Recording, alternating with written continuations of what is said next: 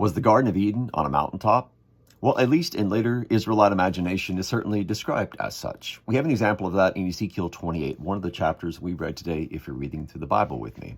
And there we have in parallel in verses 13 and 14, Eden, the garden of God, and then the holy mountain of God.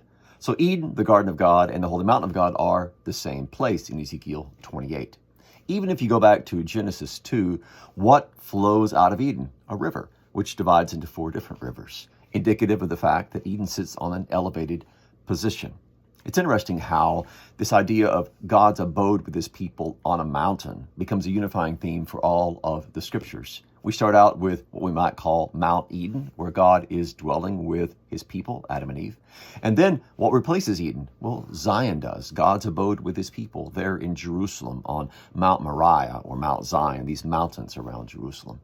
And then you go to the end of the Bible, Revelation 21 and 22, and you see once more a very high mountain and the New Jerusalem coming down where God is going to dwell with his people.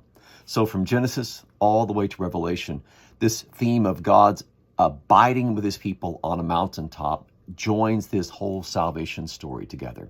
By the way, if this topic interests you, you can check out my book, The Christ Key, where I talk more about this theme of God's dwelling on mountains with his people.